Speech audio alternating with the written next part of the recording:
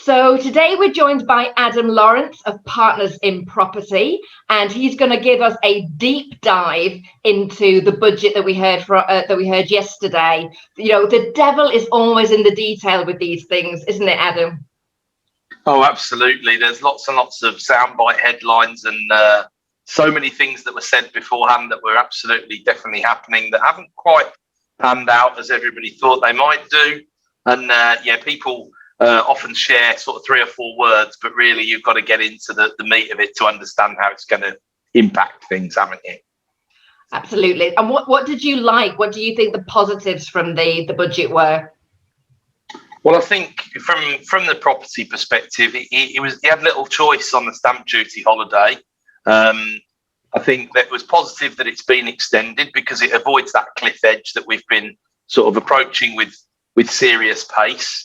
I was disappointed that there wasn't a reform of stamp. Maybe I was hoping for too much. Maybe that will come around about September. But I think when you look at a market that was up 8.5% last year and you think by October we go back to paying stamp at 125k, it's getting a bit unreasonable, really. And when you look at what the devolved nations have done, their thresholds are higher, even though their properties are cheaper. So I think something's got to be done about that in the longer term. But the stamp, overall has got to be seen as a bit of a positive. And at least he's put the taper out there. So, we're going down to stamp over 250k, kicking back in from July the 1st. So, it's not quite the cliff edge. It's the taper that kind of needed to be applied, I think. So got to be, pretty positive about that. And I think also in terms of just generally for the whole of the economy, the tax rises, or should I say the outright tax rises, were kept to a relative minimum.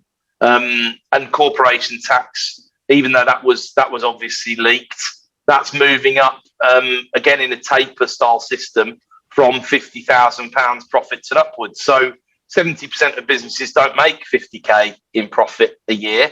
So that's good because it's not hurting the small business people who need some support. And the over 250s, well, let's face it, the big businesses, I think a lot of the view is those who will be making a profit can afford to pay back a lot of the support that they've received with the job retention scheme and all the other stuff that's helped them. And let's face it, a few businesses have been fairly cynical about how they've used the furlough scheme and furloughed people strategically, let's say. So I think, the public purse has paid for that. So the public purse can have it back when it kicks in. It still sees us as lowest in the G7, as has been said. And don't think causes too many, one person property investors too much problem, really. So that's positive.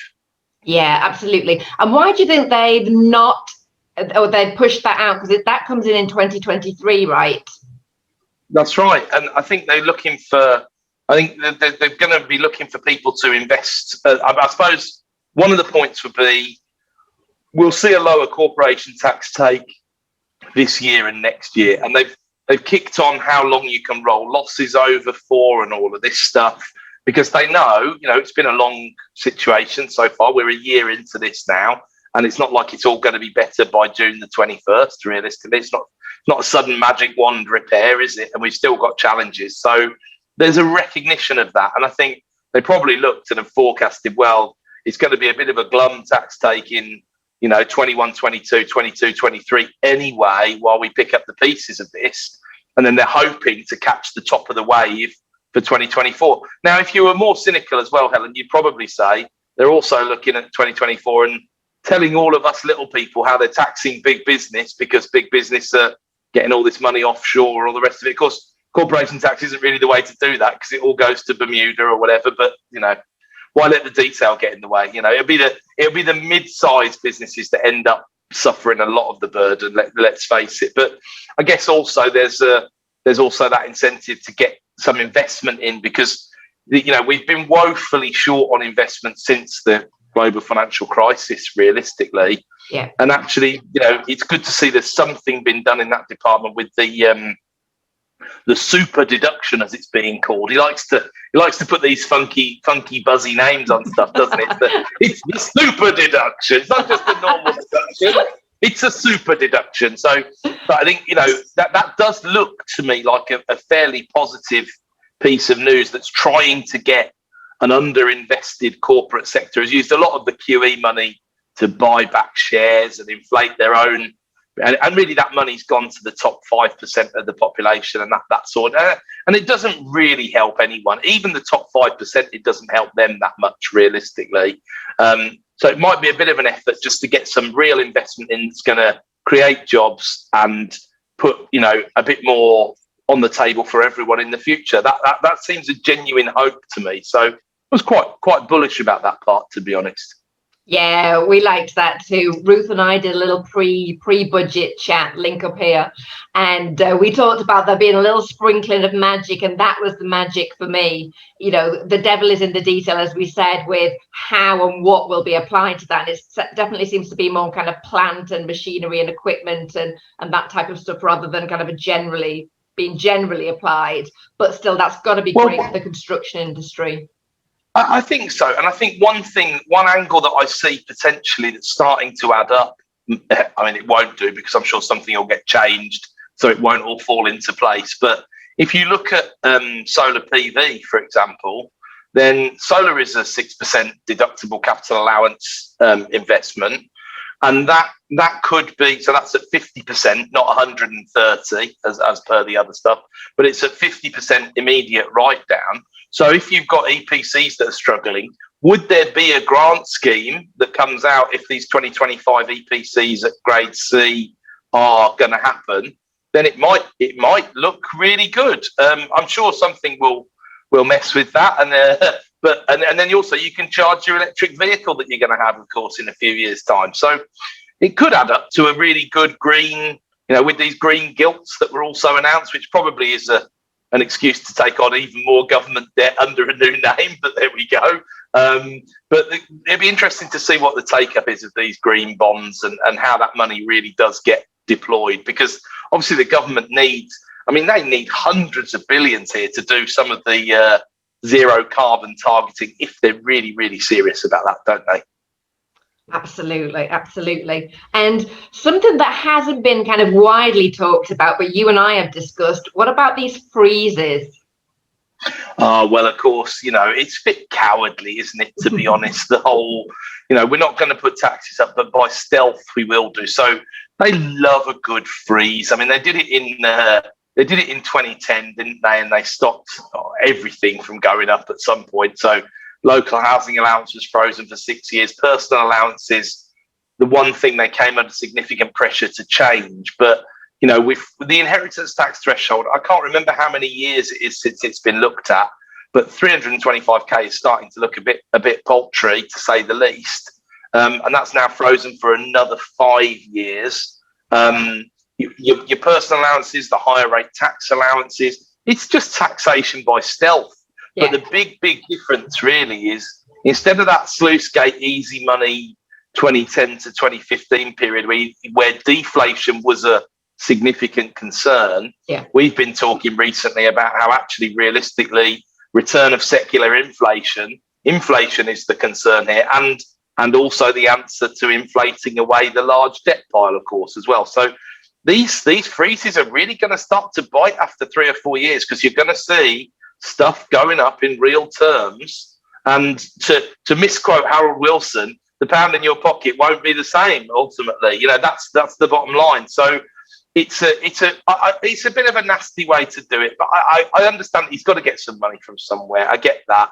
I prefer transparency, as you know, Helen. I think it's a little bit smoke and mirrors and underhand, really, and it's worth billions and billions of pounds a year the way that they're doing it. So I suppose you could offset that against there's no CGT changes, which were at one point were being talked about as an absolute penalty kick. It was happening. That was it. It's a fact, and he hasn't touched it, which is interesting.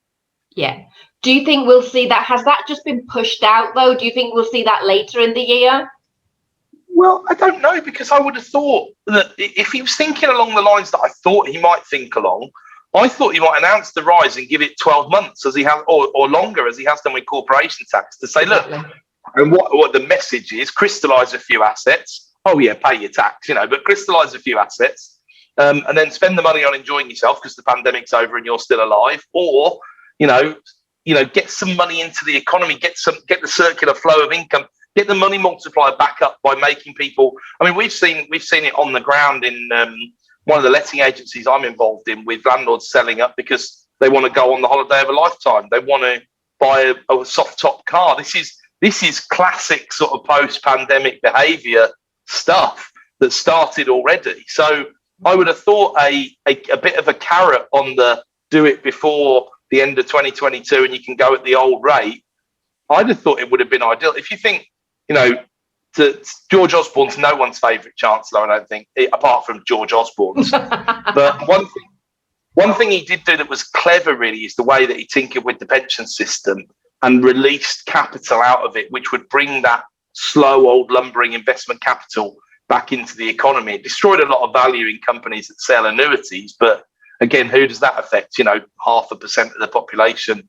You and I don't necessarily care about that unless we're shareholders in annuity providing companies. So I thought there was a chance to be a bit clever there that maybe hasn't been taken. But like you say, we could easily see something later in the year on that front. It just got washed away, didn't it, quite quietly. So there seems to be, I'm a big believer. I made someone laugh this morning I was chatting to, because I said, I'm sure that the government put these articles out into the media and then onto social media, and they're counting the angry faces and the likes and the smiles and the laughs before they do anything. And I really believe that. I think there's some think tank stuff going on at number 11 and number 10 on that front in terms of, let's gauge the reaction. Oh, it's another leak. It's like, oh, yeah, okay. We'll pretend it is if you pretend it is. That's fine. Yeah, sure thing. Yeah. So it's interesting, isn't it? It's interesting. Test the water and react accordingly. Absolutely. And what about these restart grants? That's got to be positive. Well, certainly for some areas of property, right?